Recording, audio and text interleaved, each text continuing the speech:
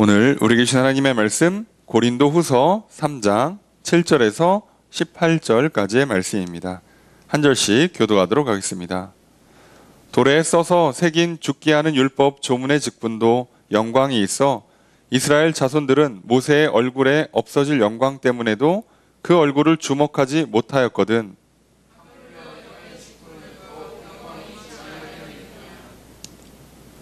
정죄의 직분도 영광이 있은즉 의의 직분은 영광이 더욱 넘치리라.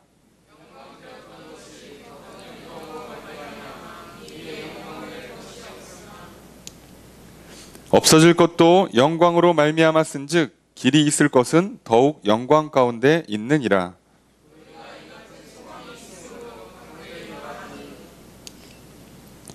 우리는 모세가 이스라엘 자손들에게 장차 없어질 것의 결국을 주목하지 못하게 하려고 수건을 그 얼굴에 쓴 것 같이 아니하노라.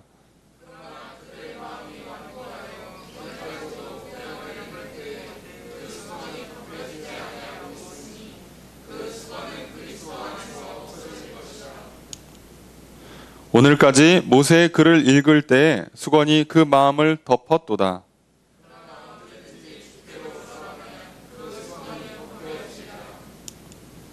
주는 영이시니 주의 영이 계신 곳에는 자유가 있느니라. 우리가 다 수건을 벗은 얼굴로 거울을 보는 것 같이 주의 영광을 보매 그와 같은 형상으로 변화하여 영광에서 영광에 이르니 곧 주의 영으로 말미암음이니라. 아멘. 자리에 앉으시기 바랍니다.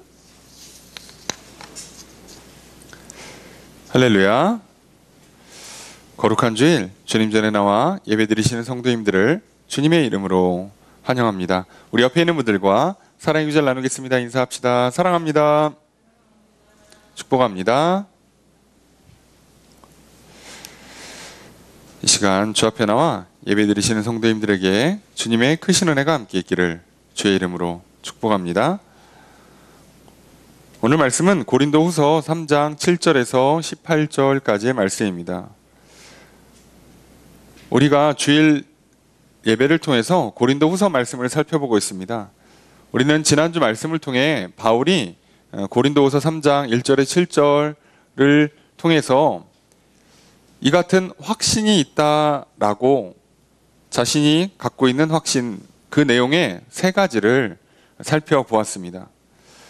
바울은 어떤 일을 할 때 그 일을 하는 자신의 직분, 자신의 자격, 그리고 그 일을 할 때 해야 되는 그 순간순간의 선택들에 그저 그때그때 분위기나 흐름이나 상황을 따르지 않고 자기의 어떤 계획이나 논리나 욕심을 따르지 않고 분명한 믿음을 갖고 선택을 하며 살았습니다. 그래서 현재 고린도 교회 안에 있는 가장 큰 문제, 거짓 교사들이 교회를 분열시키면서 교회를 분열시키기 위해서 바울을 부정하고 비방하기 위해서 바울이 추천서가 없는 것에 대해서 물고 늘어질 때 바울은 추천서를 보내지 않았습니다. 끝까지 추천서를 보내지 않습니다. 바울이 성격이 있고 고집이 있어서가 절대 아닙니다. 바울은 확신을 갖고 있었기 때문에 추천서를 보내지 않기로 선택했습니다. 왜냐하면 바울이 갖고 있는 확신의 첫 번째가 고린도 교회가 자기의 추천서라고 그리스도께서 그렇게 써주신 것이라고 믿었기 때문이죠. 사람이 쓴 추천서 가지고 어찌 증명할 수 있냐는 거예요. 바울은 확실히 알고 있습니다. 하나님께서 자신을 사도로 삼아서 이방인에게 복음을 전하게 하셨고 그 사명에 충성하면서 전도 선교 여행을 하다가 고린도 지역에도 도착했고 그곳에서 복음을 전했는데 교회가 세워진 것뿐이에요. 그리고 자신이 전한 복음을 통해서 그 복음을 들은 사람이 예수 그리스도를 믿고 구원을 얻고 성도들이 모여서 교회를 세우고 그들이 그 교회 안에서 제자로 성장하고 나아가 또 복음을 전해 제자를 삼는 일이 일어나고 있어요. 이것 자체로 바울은 자기가 사도 된다는 것을 증명합니다. 뭘로 증명하겠어요? 결과로 증명하는 거죠. 그런데 정작 이런저런 당대의 그럴듯한 사람들에게 추천서를 받아온 고린도 교회의 거짓 교사들은 오히려 교회를 분열시키고 교회의 거룩함을 훼손시키고 그리고 교회를 혼란으로 빠뜨렸고 그래서 오히려 교회가 고린도 지역에서 도리어 손가락질까지 받는 일이 일어나고 말았죠. 바울은 담대히 얘기합니다. 너희들이 말하는 추천서 필요 없어. 사실 써줘봐도 또 시비 걸 거잖아. 하지만 나에게는 예수님께서 써주신 진짜 추천서가 있다. 라고 고백하는 거죠. 오늘 우리도 바울과 같은 확신을 갖고 살아가기를 소망합니다. 우리가 하나님의 말씀을 붙들고 복음 안에서 살아갈 때, 말씀 안에서 살아갈 때 하나님께서 우리 삶에 아름다운 결실들을 맺게 해주실 것이요 그 결실이 나의 추천서가 될 것입니다. 세상 사람들은 외모를 자랑하고 학력을 자랑하고 인맥을 자랑할 때 하나님께서 내 삶에 주신 아름다운 결실들, 열매들로 말미암아 세상이 분명히 알게 될 겁니다. 저 사람은 진짜구나. 저 사람은 확실히 저런 능력이 있고 은사가 있고 괜찮은 사람이구나 라고 그리스도께서 우리에게 추천서를 써주실 것입니다. 우리 인생을 빛나게 만들어줄 것은 세상이 말하는 스펙이 아니라 그리스도께서 내게 주시는 아름다운 결실로 말미암는 추천서입니다. 그렇게 우리가 세상과 똑같은 세상 사람들이 갖고 있는 그 추천서, 세상 사람들이 자랑하는 그 학력, 그 재력, 그걸 얻지 못해서 낙심하고 절망할 것이 아니라 오늘 우리가 하나님의 말씀을 붙들고 살아간다면 그분께서 나를 세상에서 당당히 설 수 있도록 추천서를 써주실 것을 믿고 그리고 오늘 우리에게 주셔진 하루의 삶을 오늘 내게 주신 사명을 붙들고 살아가기를 소망합니다. 그리고 바울은 또한 두 번째로 확신한 것이 자기가 고린도 지역에서 그렇게 복음을 전하고 교회를 세우는 데 봉사할 수 있었던 힘과 능력은 하나님께서 주신 것이라 확신을 합니다. 자신이 갖고 있는 힘과 능력으로 세운 것이 아니기에 바울은 절대 자랑하지도 자만하고 교만하지도 않습니다. 셋째로 바울은 자기가 그렇게 일을 할 수 있는 자기에게 사도라는 자격을, 이방인의 사도라는 자격을 주신 것도 하나님으로부터 난 것이라고 확신을 합니다. 오늘 우리도 이 확신 가운데 살아가기를 소망합니다. 오늘 내가 누구인지 그 근거가 하나님께 두기를, 오늘 내가 하루를 살아갈 수 있는 생명의 근원이 하나님께 있음을 알고, 오늘 또 내게 지혜를 주시고 능력을 주시고 용기를 주시는 분이 하나님임을 확실히 믿고 살아가십시오. 그러면 오늘 우리들의 인생은 바울과 같이 아름다운 결실을 맺는 인생, 사명을 완수하는 인생, 영원히 그 이름이 빛나는 복된 인생이 될 것입니다. 우리의 지난 한 주의 삶이 바울처럼 그렇게 확신을 갖고 살아가는 한 주가 되었기를 바랍니다. 혹시 부족했다면 또 다시 우리에게 믿음을 더해주시기를 하나님께 구하며 다시 한번 말씀을 붙잡고 다시 한번 바울처럼 이렇게 확실한 믿음을 갖고 또 한 주를 살아갔으면 좋겠습니다. 바울이 고린도후서 3장 1절에서 6절까지의 말씀을 통해서 자신이 갖고 있는 확신을 말했다면 이어지는 오늘 7절에서 18절까지의 본문은 자신이 갖고 있는 소망을 말합니다. 여러분, 믿음을 갖고 있으면요 아주 자연스럽게 당연히 소망으로 이어집니다. 믿음과 소망과 사랑은 자연스럽게 선순환을 하게 되어 있습니다. 그러니 믿음은 있는데 소망이 없다, 이게 말이 안 돼요. 소망을 갖고 있는데 사랑이 샘솟지 않는다, 사랑이 채워지지 않는다, 이것도 말이 안 돼요. 사랑이 커지면 커질수록 더욱더 믿음이 자라게 되어 있습니다. 그러니 그 시작, 하나님의 말씀을 들음으로 믿음을 얻는 것으로부터 인해서 우리는 확신을 갖고 살아가는 인생이 될 것이요, 소망을 품고 살아가는 인생이 될 것이며 사랑이 풍성한 인생이 되는 것입니다. 그럼 바울은 도대체 어떤 소망을 갖고 살았는가? 도대체 자기는 어떤 소망을 품고 살았다라고 그렇게 당당하게 얘기하는가? 교회에 그렇게 분란이 생기고 자기를 대적하는 자들이 여전히 있음에도 불구하고 바울은 어떻게 그렇게 당당히 자신의 믿음을, 자신의 소망을 밝힐 수 있는가? 오늘 우리가 말씀을 통해 살펴보기를 원합니다. 먼저 7절 말씀 함께 읽겠습니다. 시작.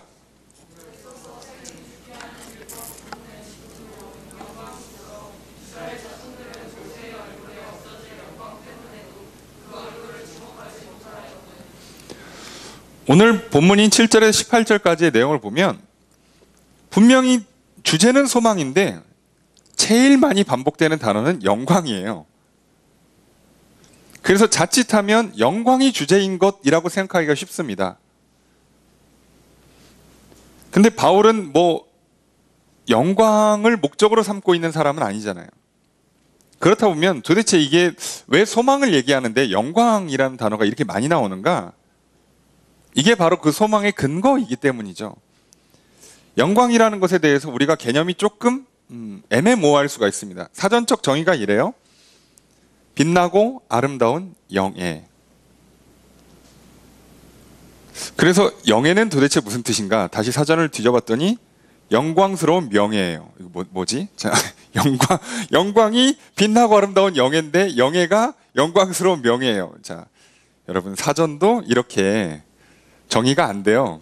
찾을 수가 없어요. 돌잖아요, 서로. 예, 서로 돌면 단어의 정의를 내릴 수가 없죠. 그래서 자, 그러면 영광스러운 명예라고 그랬으니까 명예를 다시 뒤져보니까 명예는 훌륭하다고 인정되는 이름이나 자랑, 존엄이나 품위를 뜻해요. 그래서 어렵게 볼 게 없이 영광이라는 것은 빛나고 아름답고 훌륭하다고 인정되는 것이에요. 인정되는 존재, 인정되는 이름, 인정되는 어떤 품위를 뜻하는 것이 영광이에요. 그래서 영광은 기본적으로 추상적이죠. 그럴 수밖에 없죠. 실체가 딱 있지가 않아요. 오늘날 젊은 사람들이 많이 쓰는 뭐 일종의 아우라 같은 거죠. 예. 뭔가 뒤에 분위기, 뭔가 저 사람이 잘생겼을 뿐이고 저 사람이 훌륭한 일을 했을 뿐이고 저 사람이 멋질 뿐인데 왠지 뒤에서 빛이 나는 것 같죠. 자, 그걸 영광이라고 표현하는 거예요. 자, 그러다 보면 자, 사람들은요 바로 그 영광, 말 그대로 빛나고 아름답고 훌륭하다고 인정되는 것에 소망을 둬요. 다시 말하면 나도 그렇게 빛나고 아름답고 훌륭하다고 인정받고 칭찬받고 싶은 거죠. 그런데 문제는 세상은요 이 영광의 근거를 어디에 두고 있냐면 다 과거의 것에 두고 있어요. 자, 이게 문제인 겁니다. 바울은 지금 이걸 아주 분명하게 가르쳐줘요. 영광은 과거의 것과 장차 올 것으로 구분이 됩니다. 영광은 사람이 인정하는 것과 하나님이 인정해 주시는 것으로 구분이 돼요. 자, 여기서 차이가 나는 거예요. 그래서 바울을 대적하는 사람들과의 그 소망이 아예 처음부터 다른 걸 수밖에 없는 거예요. 무엇에 가치를 부여하는가? 무엇을 볼 때 빛나고 아름답고 자랑스럽게 받아들여지는가가 다르거든요. 그러면서 이제 7절, 8절, 9절, 10절 이렇게 쭉 나오는 얘기를 보면 자, 돌에 써서 새긴 죽게 하는 율법 조문. 설명이 길지만 구약의 우리가 보통 말하는 구약의 계명들이에요. 줄여서 그냥 율법이라고 하겠습니다. 율법 조문의 직분, 율법을 전하는 직분이란 뜻이에요. 다 그러니까 첫 번째로 이것을 한 사람이 모세고 모세의 율법을 근거로 해서 모세가 전해준 율법으로 말미암아 이제 어떤 직분이 시작돼요? 제사장 직분이 시작이 됩니다. 자, 이 율법의 직분, 제사장직도 영광이 있어요. 당연하죠. 하나님께서 부여하신 거니까요. 영광이 있어요.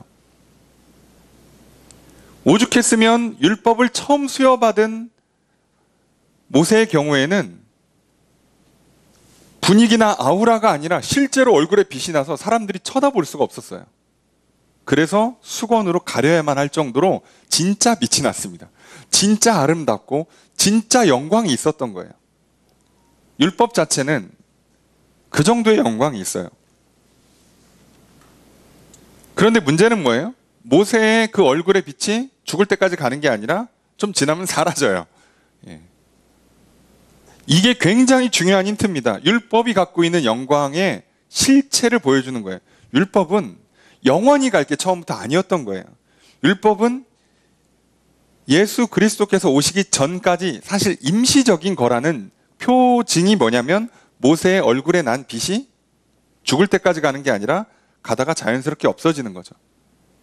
그리고 그 빛조차도 보지 말라고 수건으로 가려버려요.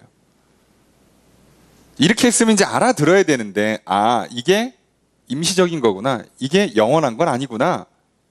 진짜가 따로 있구나. 그러면 이제 율법에 소망을 두는 게 아니라 율법을 근거로 진짜 것에 소망을 둬야 돼요.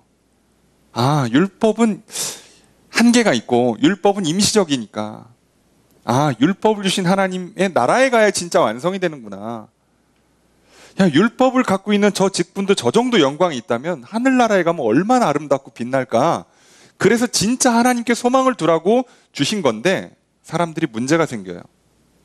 그 잠깐 반짝이는 거에 눈이 멀고 마음을 빼앗겨서 그 영광에 취해버립니다. 자, 여기서부터 문제가 시작돼요. 그리고 예수님께서 오셨는데도 불구하고 그 영광에서 헤어나오지 못한 사람들이 여전히 그 율법을 붙잡고 살아가요. 그래서 바울이 세운 고린도 교회에 들어와서 복음을 듣고 이제 구약의 절기들, 예법들 다 없어도 되고 사실상 하나님 사랑과 이웃 사랑을 실현하는 그 구체적인 계명, 우리가 이걸 줄여서 도덕법이라고 부르는 실제 행동 양식과 연결되어 있는 그 내용들을 제외하고는 사실 다 갈아엎어버리거든요. 그럼에도 불구하고 여전히 거짓 교사들은 와서 그 구약의 율법을 다 지켜야 된다고 또 주장하는 거예요. 심지어 할례를 받으라고 주장을 하죠. 그래서 거짓 교사들을 할례파 또는 할례주의자라고 불러요.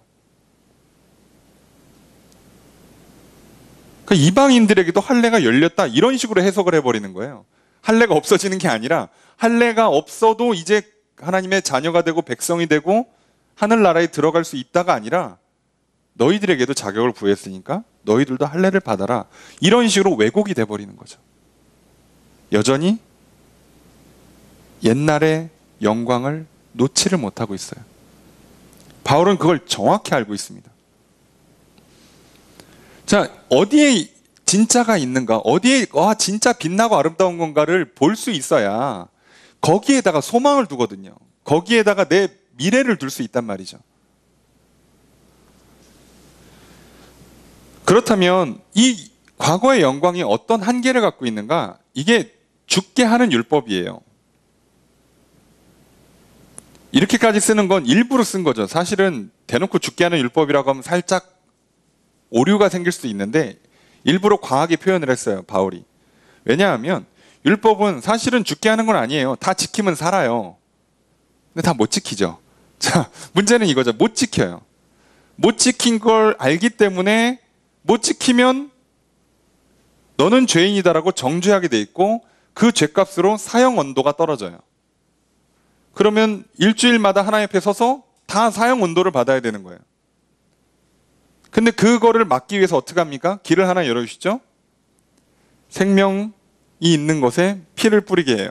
그래서 비둘기가 됐든 양이 됐든 소가 됐든 잡아서 피를 뿌려서 내 죄를 전가시키고 죽여버립니다. 대신 죽었어요. 그래 내가 살은 거예요. 이렇게 만들어주시는 겁니다. 이렇게.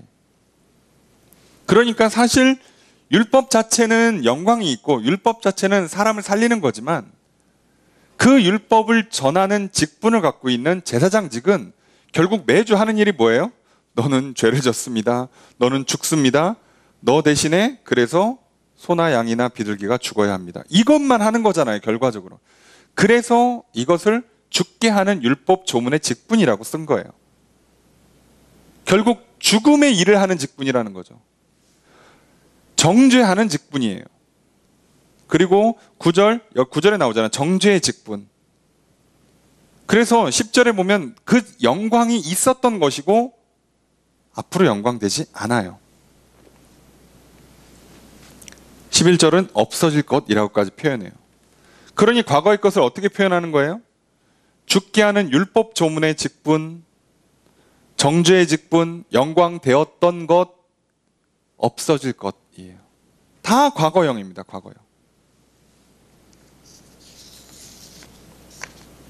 여러분, 예수님께서 이 땅에 오셔서 이 모든 걸 다 갈아엎고 더 좋은 영광을 주셨어요.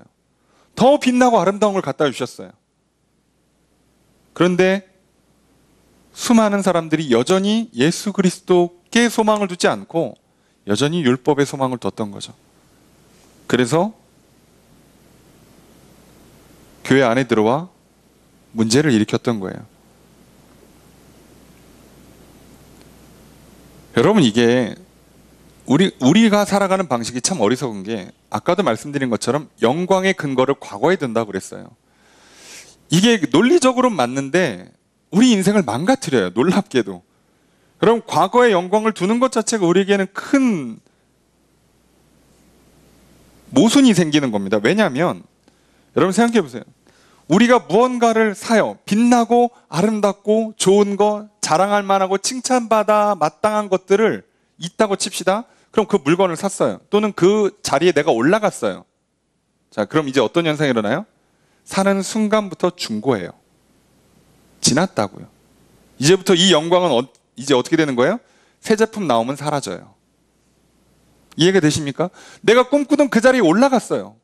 빛나는 자리, 아름다운 자리, 무슨 그냥 웬만하면 뒤에 장자리 붙일 만한 거에 올라갔다 칩시다. 올라갔어요. 빛나는 자리에, 아름다운 자리예요. 자랑할 만한 자리고 칭찬받는 자리. 영광스럽죠. 가면 막 빛이 나죠. 사람들이 막 알아서 숙이고. 얼마나 좋습니까? 문제는 그 자리에 올라감과 동시에 어떤 문제가 생겨요? 내려올 일만 남았어요. 그 자리에 영원히 있지를 못해요. 문제는 이거라고요. 내가 옛날에 말이야 잘 나갔어. 인기가 막 하늘을 찔렀어. 똑똑했고 돈 많이 벌었고. 다 좋은데 문제는 과거형이라고요. 그래서 오늘은 어떻고 내일은 어떨 거냐고요. 그러니까 우리 인생이 망가져버린 현상이 일어나요. 우리가 오늘을 제대로 살지를 못하게 만들어요. 과거의 영광 때문에. 내일을 향해 못 나가요. 대표적인 예가 오늘 우리가 실생활에 가장 접하는 스마트폰을 한번 예를 들어볼까요? 여러분, 제가 어린 시절에, 나이는 많지 않지만, 저의 고등학교 시절에 아직 핸드폰이 없을 때입니다. 삐삐라는 게 있었죠. 아십니까? 그럼 이렇게 삐삐에 연락이 와요. 번호가 찍혀. 근데 번호를 외우고 있어요. 그럼 얘가 누군지 대충 알아. 그럼 얘가 무슨 메시지를 남겼는가 공중전화에 가서 들어야 돼요. 그거 얼마나 불편하고 또 얼마나 이렇게 기다려져요. 쉬는 시간이나 공중전화에 줄 서 있으면 얼마나 마음이 답답합니까? 그런 시절을 살고 있는데 우와, 휴대전화가 나왔어요. 보통 우리가 핸드폰이라 부르죠. 그걸 보는 순간 사람들이 다 눈이 멀죠. 반짝반짝거리고 아름답고, 그죠? 영롱하고 저걸 갖고 싶고, 갖고 있는 사람들은 다 자랑하고, 그죠? 그런 시대가 있었어요. 자, 그 핸드폰의 시대에 가장 잘 나갔던 회사가 노키아라는 회사입니다. 전 세계 시장 점유율 1위를 찍었던 회사예요. 이 회사가 1998년에 모토로라를 꺾고 올라와서 전 세계 1위를, 부동의 1위를 거의 10년간 합니다. 거의 10년간. 대단하지 않습니까? 전 세계 핸드폰 제조회사 1위가 노키아고 그 영광의 자리를 10년간 안고 있었어요. 근데 오늘날 젊으신 분들은 노키아의 이름도 잘 모르시더라고요. 그죠? 당연히 모르죠. 왜요? 2000년대 중반에 슬슬 변하기 시작합니다. 핸드폰에 자꾸 이것저것 넣다가 단어 버리자가 되고, 그거를 선구자적으로 완성하신 우리 고 스티브 잡스님께서 그 유명한 연설, 그 프레젠테이션에서 그걸 딱 꺼내서 딱 보여주는 순간 사람들이 어머, 저건 뭐야? 반짝반짝거려. 아름다워. 사고 싶다. 갖고 싶다. 자랑할 만하다. 그게 돼버린 거예요. 자, 이때부터 무슨 문제가 생겨요? 노키아가 몰락합니다. 그걸 보는 순간 어떻게 해야 돼? 노키아가 빨리 들어갔어야 돼요. 어차피 1위니까. 인프라가 기본 할 수 있는 조건이 다 갖춰 있잖아요. 전 세계 1위 핸드폰 제조회사예요. 한때 핀란드 회사거든요. 핀란드를 먹여 살린다고까지 했었어요. 그 기업 하나가. 그러던 회사가 애플이 딱 그거를 들고 나왔을 때 빨리 잡았으면 애플과 박빙의 전투를 했을 텐데, 아니면 애플보다 더 위에 있었을지도 몰라요. 그런데 어떡합니까? 과거의 영광에 취해서 처음에 이 변화에 미적지근하게 대응했어요. 그랬더니 지금 어떻게 됩니까? 급격히 몰락하더니요. 여러분, 2013년에 마이크로소프트의 휴대전화 부분이 매각돼 버립니다. 사라졌어요. 놀랍지 않습니까? 애플이 등장하고서는 그 스마트폰이라는 게 막 나온 게 한 2008년, 9년밖에 안 되거든요. 거의 5, 6년 만에 날아갔어요. 전 세계 1위 하던 회사, 10년간 1위 했던 회사가 불과 5년 뒤에 사라져요. 지금은 통신 장비를 제조하면서 꽤나 건실한 기업이긴 합니다만, 휴대전화 단말기 부분은 그 회사에서 없어요. 이제 사라진 겁니다. 그리고 한때 노키아가 영광을 얻었던 자리, 노키아란 이름만, 그 기계에 노키아만 붙어 있어도 반짝반짝 거리던 그 영광을 지금 애플, 삼성을 비롯한 여러 기업들이 나눠 갖고 있죠.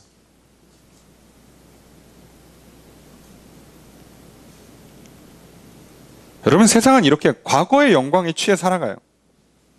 내가 갖고 있는 경험, 소유한 것들 대부분 사실상 다 과거의 것들이 돼버리는 거예요. 아무리 좋아도 사는 순간부터는 다 중고품이거든요. 이제 얘는 내려올 일만 남은 거지 더 올라갈 데가 없어요. 오늘 내가 내 인생에서 미모의 절정을 찍었다 칩시다. 그 아름다운 순간을 사진으로 남겼어요. 이때부터는요, 주름이 생길 일만 남은 거죠. 그런 거 아니겠어요? 내가 가장 높은 자리에 올라가서, 내 인생에서 가장 최고의 자리에 올라갔어. 꿈꾸던 바로 그 자리에 올라갔어요. 그럼 이제부터 내려올 일만 남은 거잖아요. 그래서 세상은요, 놀랍게도 우리에게 진짜 소망을 갖게 해주지를 못해요. 다 과거를 근거로 살아가게 만들어주니까요. 오늘의 내 삶의 근거는 다 과거형인 거예요.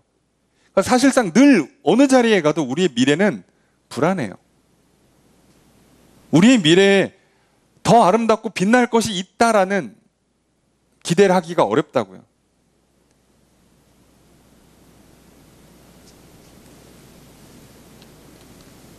이게 문제인 거죠. 거짓 교사들은요, 바로 그 실수를 반복하는 거예요. 여러분, 과거의 영광이 없다가 아니라 과거의 영광은 말 그대로 과거의 영광일 뿐이에요. 그때 빛났던 거고, 이제 우리는 오늘 빛나는 인생이 돼야 되고, 장차 더 빛날 것을 바라보며 나아가야 돼요. 그래야 오늘 우리가 정말 영광스러운 인생, 영광 중에 살아가는 인생이 될 수 있는 거죠.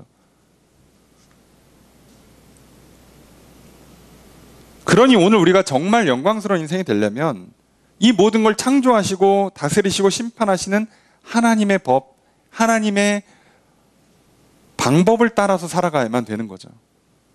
여러분, 절대 과거의 영광에 머물러 있지 마십시오. 반대로 얘기하면 과거의 상처에도 매여 있지 마십시오. 과거는 과거일 뿐입니다. 과거를 근거로 오늘을 살면 우리 인생은 영광에 취해 살든 상처에 취해 살든 간에 망가져요. 오늘도 제대로 못 살고 내일의 소망은 다 날아가게 돼 있어요. 하나님께서 예수 그리스도를 통해 우리에게 주시는 더 큰 영광, 장래의 영광을 바라보면서 오늘을 살아야 오늘 제대로 살고요, 내일 그 영광을 우리가 함께 누릴 수 있는 겁니다. 그래서 그 소망의 근거가 되는 진짜 빛나는 것은 무엇이냐? 여기 써 있잖아요. 영의 직분이라고. 죽게 하는 율법 조문의 직분이 아니라 영의 직분이에요. 이 직분은 복음을 전하는 직분, 사도의 직분은 영의 직분인 거죠. 왜요? 아까도 바울이 얘기하잖아요. 이거는 자기의 근거가 없어요. 써놓은 기록문도 사실상 없어요. 여러분, 예수님께서 사랑하라 말씀하셨지만 도대체 어떻게 사랑하는 건지 이렇게 저렇게 각각의 경우마다 이건 사랑이고 저건 사랑이 아니야라고 얘기하질 않아요. 왜요? 예수님이 한마디를 끝내요. 내가 부활해서 그리고 하늘 보좌에 올라가면 성령을 보내줄게. 자, 그럼 성령님이 알아서 다 가르쳐 줄 거야. 성령님이 너희들에게 그 말씀을 생각나게 하고 그 말씀을 행할 수 있도록 힘도 주고 능력도 주고 도와줄 거야. 그러니까 성령 받는 게 나니까 나는 빨리 올라갈게. 그리고 올라가 버리세요. 그거 받을 때까지는 좀 기다리고 있고. 자, 오늘 우리에게 주어진 이 복음이라는 것은 예수 그리스도로 말미암아 우리에게 십자가 구원이 있고, 그래서 우리에게는 부활의 승리가 있고, 그래서 우리에게는 하늘나라의 소망이 있다는 것은 그것을 전할 수 있다. 그것을 우리가 받아 누린다. 그래서 하나님 백성이 된다. 제자가 된다. 사도가 된다. 하나님 주신 특별한 사명을 붙들고 살아가는 사명자가 된다는 건 영의 직분이에요. 바울도 확신을 갖고 있잖아요. 내가 사도가 된 건 하나님께서 그 직분을 주신 거다 라고 확신을 갖고 있어요. 그런데 하나님께서 이거를 이렇게 하늘에서 이렇게 갑자기 추천 써서 메일로 보내줍니까? 도장 찍어서? 아니에요. 오히려 성령이 도장이고, 그냥 자기만 알아들을 수 있게 음성 중에, 환상 중에, 꿈 가운데 또는 감동으로 우리에게 알려주세요. 그럼 이건 처음부터 율법 조문, 문서화되어 있지가 않아요. 놀랍게도 이건 그래서 영의 직분이 돼요. 그러니까 더 좋은 건 이 세상에서 말하는 실체가 없기 때문에 이 세상 사람들이 가져갈 수가 없어요. 망가뜨릴 수가 없어요. 약점이 있다면 믿음이 약해지고 성령 충만하지 못하면 내가 흔들려요. 내가 지금 왜 이러고 있지? 자, 이렇게 흔들릴 수 있어요. 이게 뭐 하는 짓이지? 약간 이럴 수도 있는데 그 단점을 제외하고요. 세상 사람들이 건드리질 못해요. 아무리 바울을 사도가 아니라고 공격해도요. 바울은 눈 하나 깜빡하지 않습니다. 니들이 뭐라고 하든지 말든지. 어떻게 할 수 있는데? 하나님이 나를 사도로 불렀는데 니들이 뭘 할 수 있는데? 추천서가 있기래, 졸업장이 있기래, 무슨 서류가 있기래. 찢어보든가, 이거 뭐 법원에 가서 이거 무효 처리해보든가, 뭐가 있어야지. 못해요. 못 건드려요. 여러분, 우리의 정체성, 우리의 사명, 우리의 능력의 근원이 영으로부터 와야만 세상이 우리를 못 건드려요. 뺏어가지 못합니다. 건드리지 못해요. 여러분, 우리가 맨날 흔들리는 이유가 뭐예요? 눈에 보이는 것에 자꾸 근거를 두잖아요. 과거에 근거를 두잖아요.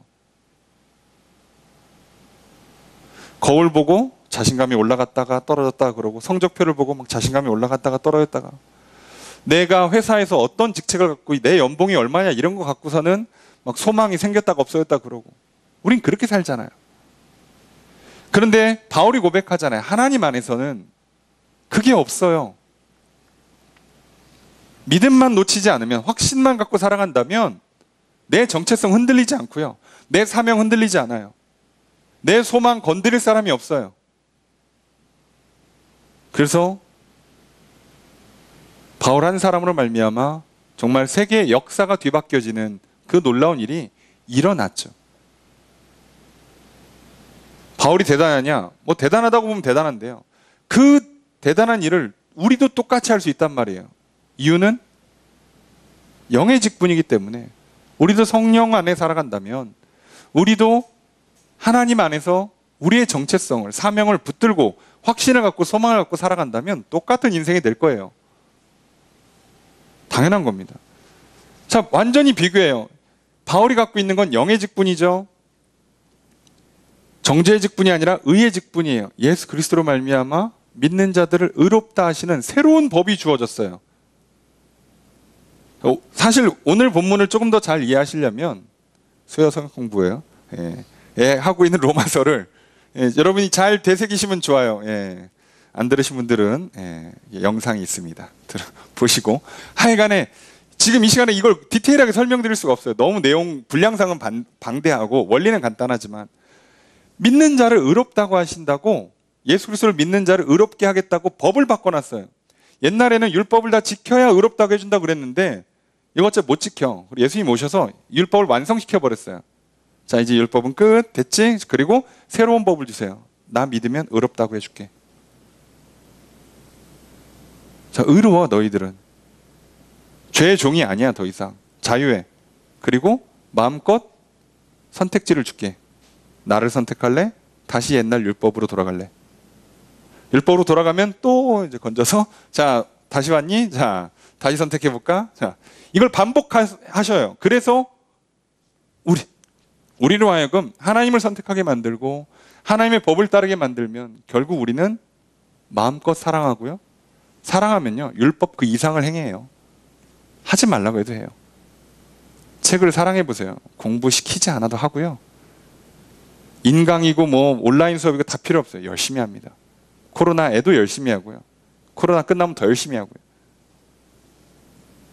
여러분, 설마 뭐 코로나 때문에 공부를 못하고, 예, 우리나라 교육제도가 안 좋아서 공부를 못하고, 그게 아니라요. 학업을 향한, 배움을 향한 관심, 사랑, 거기에 대해 믿음과 소망이 없기 때문에 생기는 현상이에요. 옆에 사람과 좋은 관계를 못 맺는 게 내가 무슨 관계 기술이 없고, 예, 내가 저 사람과 나랑 성격이 안 맞고, 세상의 방식이죠. 하나님께서 우리에게요, 참으로 자유롭게 마음껏 사랑할 수 있게 해주셨기 때문에 그 사랑을 받아 누리면서 그 사랑을 행하잖아요. 화평하지 못할 사람이 어디 있겠습니까? 원수도 사랑한다니까요. 되잖아요, 그게. 예수님 보여주셨잖아요.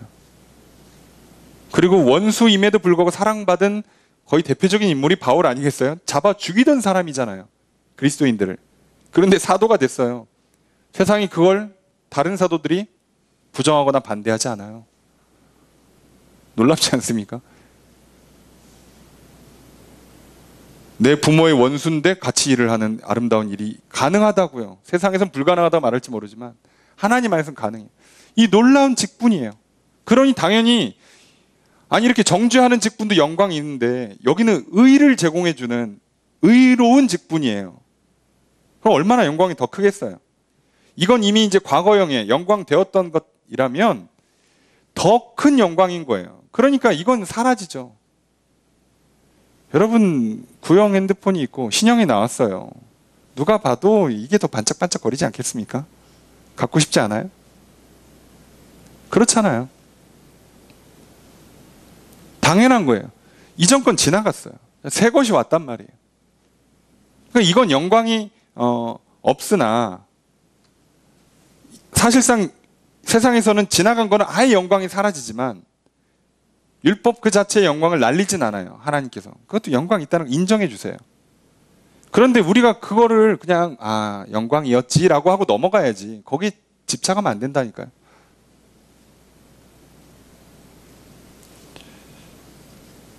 여러분, 오늘 바울은 이 영광에 뭐가 더 영광스러운가를 분명히 구분할 수 있었기 때문에, 그래서 자기가 갖고 있는 직분, 복음이 갖고 있는 가치, 사도의 가치가 얼마나 좋은 건지를 알았기 때문에 더 이상 율법과 제사장의 가치를 따라가지 않았어요. 거기에 영광이 있지 않다는 걸 알았기에 거기에 소망을 안 두는 겁니다. 그래서 바울이 12절 같은 고백을 하는 거예요. 함께 읽습니다. 시작.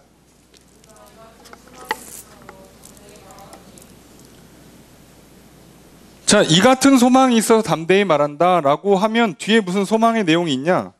딱히 없어요. 읽어보시면 아시겠지만, 그래서 나는 이런 소망이 있다 대놓고 문구화 시키지 않아요. 무슨 얘기냐면 이게 소망이라는 거예요. 그 영광, 더 큰 영광을 바라보고 더 장차올 영광을 바라보고 거기에 소망을 둔다는 거예요. 거기에. 그러니 그거는 어차피 구체화시킬 필요가 없어요. 여러분 생각해 보세요. 오늘 그리스도 안에 있잖아요. 단언컨대 저 또한 확신을 갖고 담대히 말할 수 있습니다. 저의 내일은 오늘보다 더 빛나고 아름다운 인생이 될 겁니다. 여러분들도 마찬가지고요. 만약에 물어봐요. 그래서 어떻게 더 빛나고 아름다운 인생이 될 건데? 몰라요. 저 그걸 어떻게 알아요? 저도 안 살아봤다니까요. 예? 분명한 건 그리스도께서 주신다고. 그리스도께서 빛이시기 때문에, 뒤에 설명에 나와요. 빛이기 때문에 빛나게 돼 있어요. 그 빛을 반사만 해도 우리는 빛나는 인생이 돼요. 바울도 똑같은 얘기를 하는 거예요. 우리는 그 소망을 갖고 있다고. 이게 진짜 영광스러운 직분이기 때문에 이 직분 놓지 않을 거라고. 이 사명 끝까지 완수할 거라고. 난 끝까지 복음을 전할 것이고 끝까지 사랑할 것이고 그 내게 주어진 땅끝, 내게 주어진 생명 다할 때까지 땅끝까지 가서 이방인들에게 복음을 전할 거야. 내일은 더 이전보다 더 영광스러운 일들이 일어나겠지. 더 빛나고 아름다운 인생이 될 거야. 확신하고 살아가요. 그래서 그 디테일한 꿈의 내용, 소망의 내용이 써 있지는 않는 거예요. 그리고 그게 맞아요. 여러분들도 착각하지 마세요. 과거를 근거로 내일은 내가 성적이 더 올라서 더 예뻐지고 더 날씬해지고 더 근육을 키워서 더 연봉을 높여서 더 인간관계를 넓혀서 사업을 확장시켜서 나는 더 영광스러운 존재가 될 거라는 소망을 갖고 있어. 그럴듯하죠. 예. 늘 그럴듯한 계획을 갖고 있어요. 예, 아시죠? 맞기 전까진. 다 그럴듯한 계획을 갖고 있는 거예요. 살아보세요. 되나? 설령 됐다 칩시다. 그날로부터 내려올 일만 남았다니까요. 그건 참된 소망이 아니에요. 진짜 소망은 뭔지는 몰라요. 우리가 아는 건 뭐라고요? 거기에 영광이 있다는 것만 아는 거예요. 더 빛나고 아름다운 인생이 내 앞에 펼쳐져 있다는 것만 아는 거예요. 그걸 향해 나아가는 겁니다. 뭘 구체화시킬 필요가 없어요. 구체화시켜봐야 소용도 없고요. 바울도 내일 무슨 일이 일어날지 왜 신경 씁니까? 자기가. 그건 하나님께서, 내 인생의 주인 되신 분께서 인도하시는 거예요. 내 계획에는 뭔가 좀 이상한데 내 경험상 저기를 왜 가지 싶은데 가는 거예요. 왜요? 소망이 있으니까요. 그곳에 가면 더 빛나고 아름다운 놀랍고 자랑할 만한 일이 일어날 걸 믿으니까요. 여러분, 우리가 자신의 인생을 망가뜨리고 배우자, 자녀들을 망가뜨린 이유가 뭐예요? 소망의 근거를 과거에 두기 때문이에요. 그래서 애가 조금 가능성이 높아. 외모가 괜찮고 성실하고 건강하고 공부도 좀 잘하는 것 같고 일도 잘하는 것 같고 재능이 좀 있어. 그럼 막 소망을 얘가 잘 될 거다. 얘가 나중에 나한테 크게 용돈도 많이 주고 효도할 거다. 그러다 믿었던 도끼에 발등 찍히고 기대치에 못 미쳐서 좋은 대학에 못 가거나 좋은 직장에 취직 못 하거나 그러면 문제가 돼요. 결혼할 때도 그죠? 내가 배우자감을 잘 골랐어. 이 결혼 반댈세. 하여간에 별짓 다 해가지고 내 기준에 맞는 걸 만들어요. 기대하는 거죠. 잘할 거다. 이렇게 아름다운 가정도 이룰 거고 부모한테도 잘할 거고. 그 근거가 어디 있어요? 과거에 있다니까요. 눈에 보이는 것들이 있다니까요. 그래서 망가뜨려요. 그래서 하면 안 되는 말과 행동들을 자꾸 한다고요. 사단의 주특기가 거기 있다고 그랬잖아요. 영광이 문제가 아니고 율법이 문제가 아니라 틈을 타고 들어와서 유혹하고 속인다고요. 우리가 과거에 반짝거리는 것에 눈을 돌리는 순간 우리는 속아요. 우리는 유혹당합니다. 바울은 정확히 알고 있어요. 그게 아니라 더 좋은 게 여기 있다고. 저거 안 봐요. 볼 필요가 없어요. 내가 돈이 있고 물건을 사는데 굳이 구형을 왜 삽니까?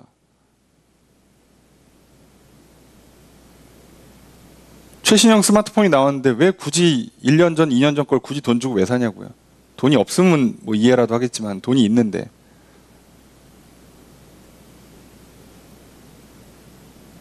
그래서 바울이 담대히 말하는 게 있어요. 뭘 담대히 말하냐면 자기들이 앞으로 하는 일이 어떤 일인가, 그 일에 어떤 효과가 있는가를 담대히 말해요. 내용은 아주 어렵게 써있지만 간단해요. 13절에 보면 모세가 이스라엘 자손들에게 장차 없어질 것의 결국을 주목하지 못하게 하려고 수건을 그 얼굴에 쓴 것 같이 안 한다. 무슨 얘기냐면 아까도 얘기했잖아요. 수건을 쓴 거는 어차피 사라질 거란 뜻을 보여주는 행위예요. 실제로 사라지기도 하고.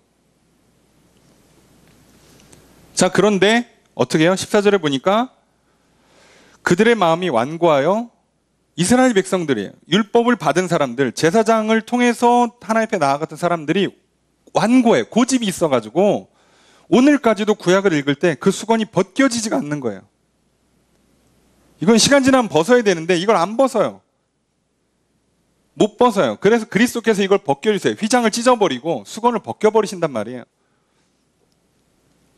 그런데 15절에 문제는 오늘까지 모세의 글을 읽을 때 수건이 그 마음을 덮어버려서, 그래서 바울은 얘기합니다. 언제든지 주께 돌아가면 그 수건이 벗겨진다. 자, 도대체 수건을 쓰면 어떤 고집이 생기는 걸까요? 이스라엘 백성들이 도대체 모세의 율법을 읽을 때 이렇게 모세가 얼굴을 가린 것 같이 도대체 뭐가 씌워가지고 뭐 이렇게 못 보는 걸까요? 내용은 아주 간단해요. 구약은 처음부터 임시적이라는 걸 상징하고 있어요. 완성형이 아니에요. 그리고 모세도 그것을 이렇게 보여줘요, 수건으로. 그럼에도 불구하고 사람들이 그 수건에 쓰인 채로 헛된 소망을 품어요. 나는 율법을 완전히 지킬 수 있다. 라는 헛된 소망을 품어요. 율법을 완전히 지켜서 빛나고 아름다운 인생이 될 것이다. 하나님께 칭찬받을 것이다. 사람들에게 존경을 받을 것이다. 그리고 하늘나라에 들어갈 것이라는 헛된 소망을 품어요. 불가능하죠. 그래서 그리스도 안에서 그 수건이 벗겨져 버리는 거예요. 그거 아니야. 정신 차려. 정신 차리고 보면 못하는 거가 맞아요. 안 되는 거네? 아, 이거 임시적인 거였네? 아, 진짜 좋은 걸 다시 주셨구나. 그래서 보는 거예요.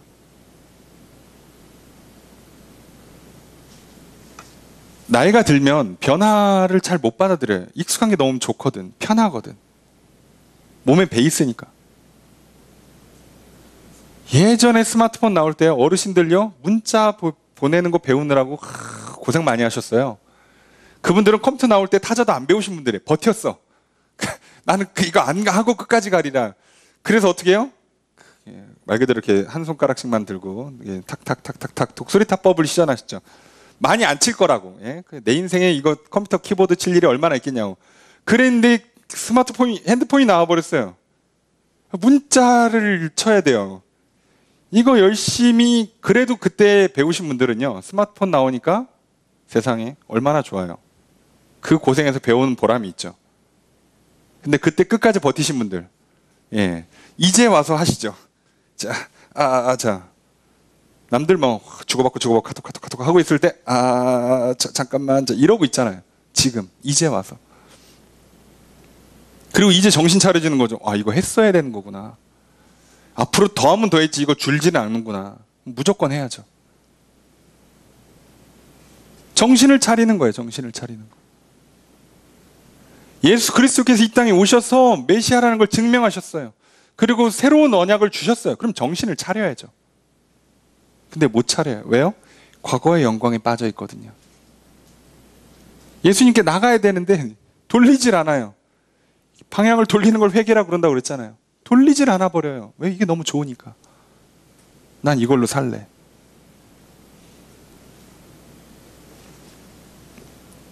그래서 바울이 얘기합니다. 우리가 너무나 잘 알고 있는 구절이죠. 17절 말씀 함께 읽습니다. 시작.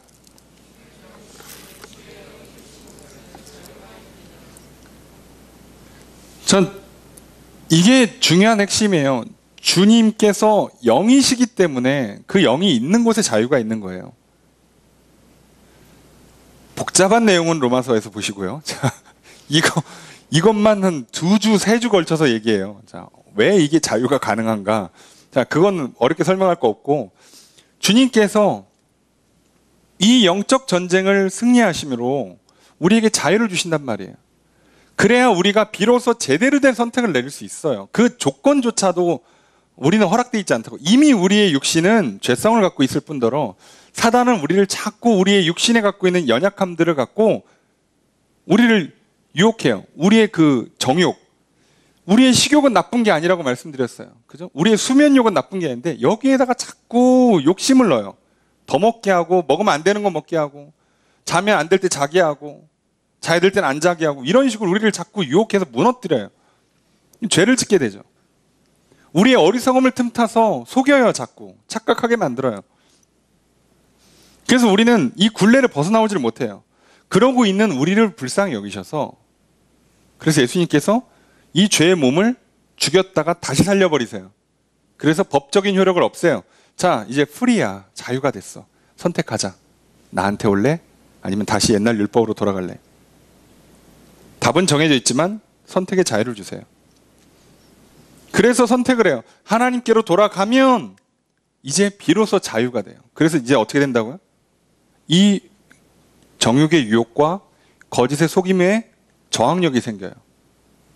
그래서 진리를 알고 우리가 하나님이 주시는 믿음과 소망과 사랑 때문에 더 이상 이 육체의 정욕이나 거짓에 속지 않고 제대로 몸을 쓰고 제대로 시간을 쓰고 제대로 돈을 쓰고 제대로 된 인생을 살아갈 수 있게 돼요. 그런데 여기서 다시 율법으로 돌아가면 또 이걸 반복하겠죠. 그래서 바울은 얘기하는 거예요. 영이 주는 영이시니 주의 영이 계신 곳에 자유가 있다고. 다른 데선 자유를 찾아봐야 안 된다고. 세상에서 많은 방법을 줘요. 이렇게 하면 조금 더 편할 거다. 예, 뭐 생각을 좀 고쳐보세요. 명상을 해보시고, 예, 호흡을 길게 하시고, 아침에 일어나면 이런 스트레칭도 해보시고, 해보세요. 그때뿐이에요.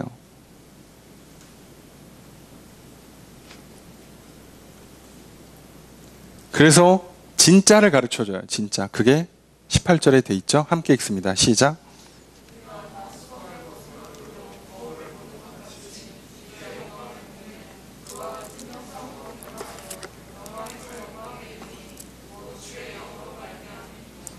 진짜 영광은 어떻게 된다고요? 내가 어차피 잡는 순간부터 과거가 돼버리는, 중고가 돼버리는 영광이 아니라, 세상이 주는 그런 일시적인 영광이 아니라, 주를 만나면, 주님을 만나면, 그 진짜 영광스러운 분을 만나면, 그 영광스러운 분을 이제 수건을 벗고 만나면 모세가 했던 것과 똑같은 일이 난다는 거예요.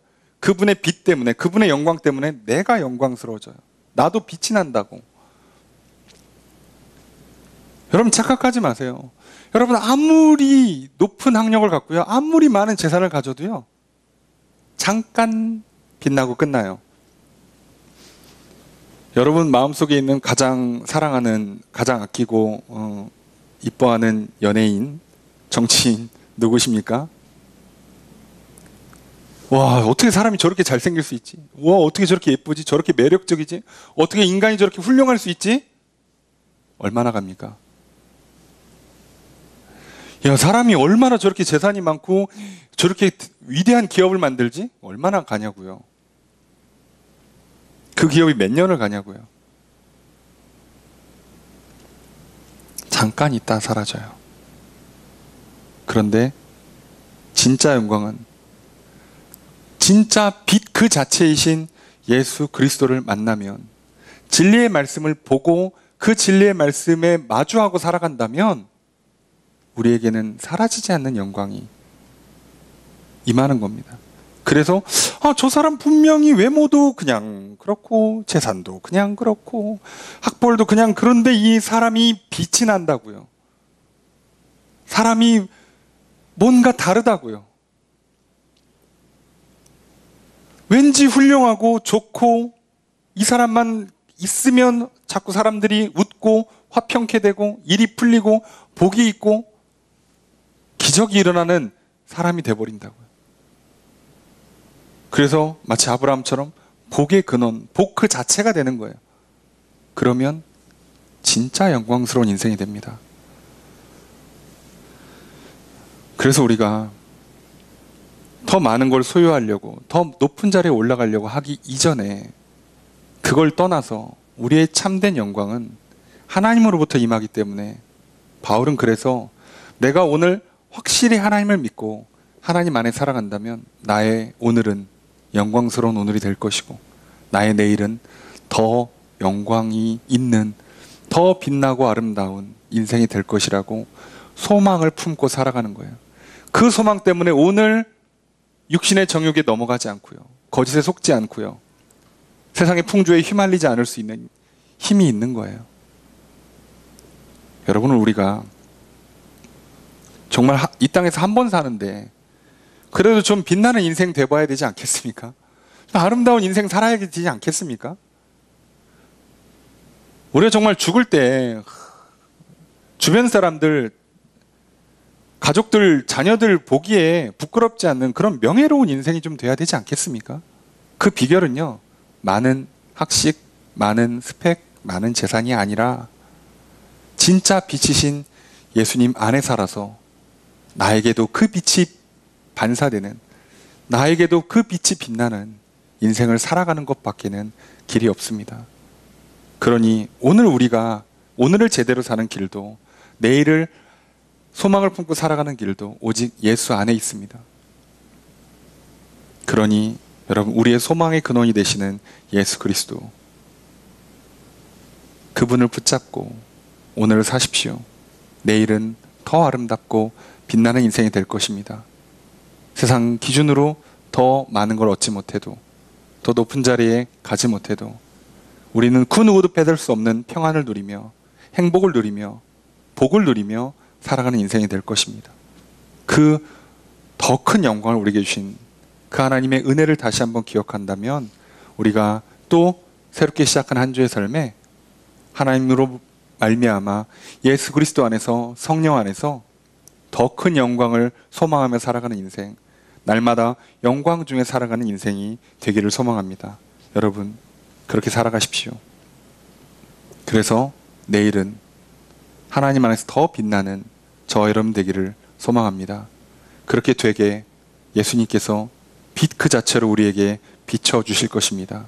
그 은혜가 임하는, 항상 임하는 그런 우리의 삶이 되기를 주의 이름으로 축복합니다.